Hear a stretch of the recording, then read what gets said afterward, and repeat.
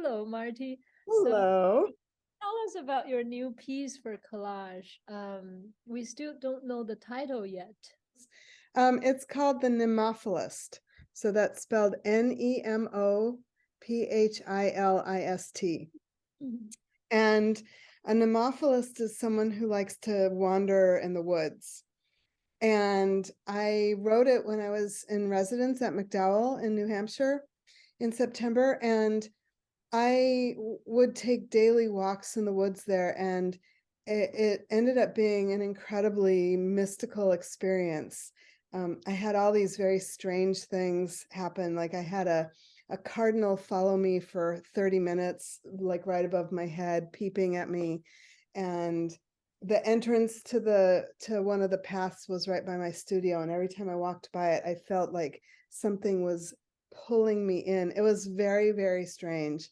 And I was completely captivated with how quiet it was in these woods, not silent, but quiet. And so it was that aspect that inspired me in this piece. And so I was trying to, when I was composing this piece, I was trying to recreate that feeling that I had when I would get sort of gently pulled into the woods, and how it felt to be in this extremely quiet yet incredibly energetic place. Wow, very powerful sounds. Yeah. So it is a piece that's inspired by nature or being surrounded by nature, right? Yeah, very much. What's the instrumentation? The instrumentation is flute, clarinet, violin, cello, piano, and percussion.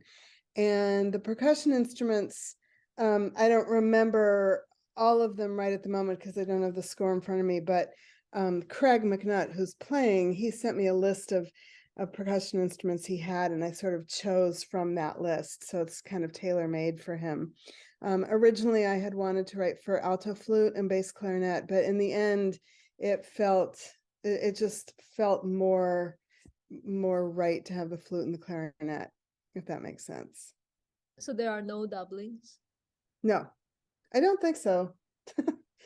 When I write a piece, I write the double bar and then I have amnesia and I don't remember anything about it. But I'm pretty sure there are no doublings. I get it. You Um, know how that goes.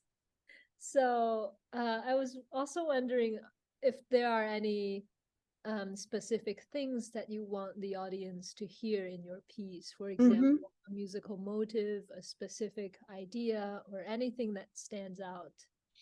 Yeah, so the piano plays a series of, I think it's 13 chords, and plays that cycle of chords for the entire piece, but starts very, very low and no pedal, so very secco, no pedal.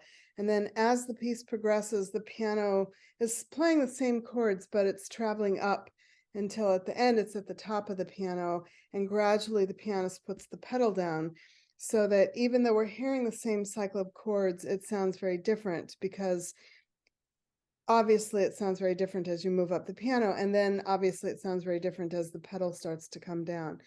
And then with the other instruments, double or underline, I guess is a better way to think of it, the piano chords, and then they gradually break off and start to do their own things. So people who are unfamiliar with my music might be surprised that there are lots of spaces. I don't want to call them silences because there's really no such thing as silence, but spaces in between things.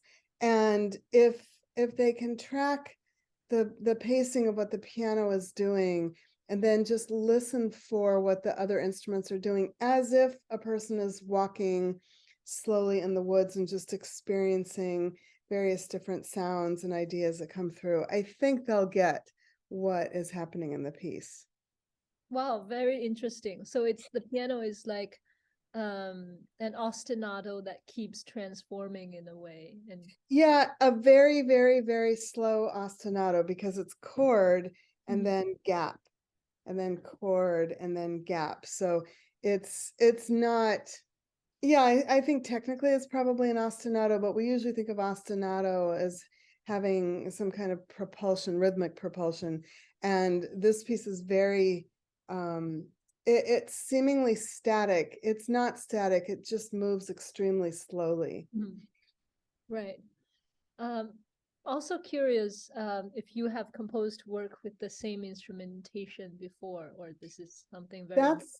That's a really good question, because this is, as you probably know, this is the Piro Mhm. instrumentation plus percussion. And I did write one piece a long time ago with this instrumentation, but a very long time ago, like 30 years ago. And since then, I haven't written anything for this instrumentation. Subsets for sure. I have a piece for flute, clarinet, violin, and piano, and a piece for clarinet, violin, cello, and piano, but not yet for this instrumentation. And it was a little bit daunting, because the Pierrot ensemble has become, as you know, I'm sure, has become as standard an ensemble as the string quartet practically. And so I was a little bit nervous thinking about all the other pieces that had been written for this combination. But in the end, it was very gratifying to do it. Great. Thanks so much for Mhm. taking your time. I really look forward to hearing your piece at the rehearsal and the performance. Yeah, thank you. Me too.